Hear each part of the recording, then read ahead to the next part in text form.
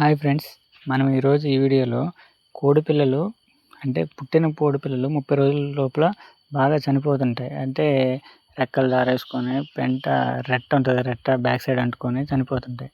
ఆ సమస్యల నుంచి మన కోడిపిల్లని ఎలా కాపాడుకోవాలనేది చెప్తాను. అయితే మనం ఈ 30 రోజుల్లోపు ఎక్కువ చనిపోతాయి కాబట్టి ఆ 30 రోజుల్లో మనం ఏం ఫీడ్ వాడాలి, అంటే మేతలు ఏం వాడాలి, వాటికి ఏ మందులు వాడాలి, ఏమేమి వ్యాక్సిన్లు వేసుకోవాలనేది నేను చెప్తాను. అంటే నేను వాడేవి నేను చెప్తాను. మీకు ఇష్టం ఉంటే వాడండి, లేకపోతే లేదు. నేను ఏమేమి వాడుతున్నాను, నాకైతే ఎలాంటి మోర్టాలిటీ ఉండదు.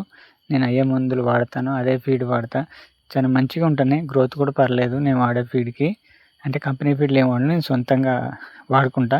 అయితే నేను మొదటి రోజు ఈ పసుపు ఉంటుంది కదా, పసుపు కొమ్మల నుంచి తీసిన పసుపుతో మంచి శుభ్రమైన వాటర్ తీసుకొని అందులో పసుపు వేసి కలిపి పెడతాను. ఫస్ట్ రోజు అయితే నేను కోడిపిల్లలకి మేత అంటే ఫీడ్ అయితే ఏమి ఇయ్యను.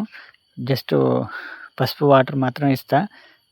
ఈ పసుపు వాటరు ఒక్కరోజు పిల్లలకి ఇస్తానన్నమాట. అంతే, ఫస్ట్ రోజు అయితే అదే ఇచ్చుకుంటాను.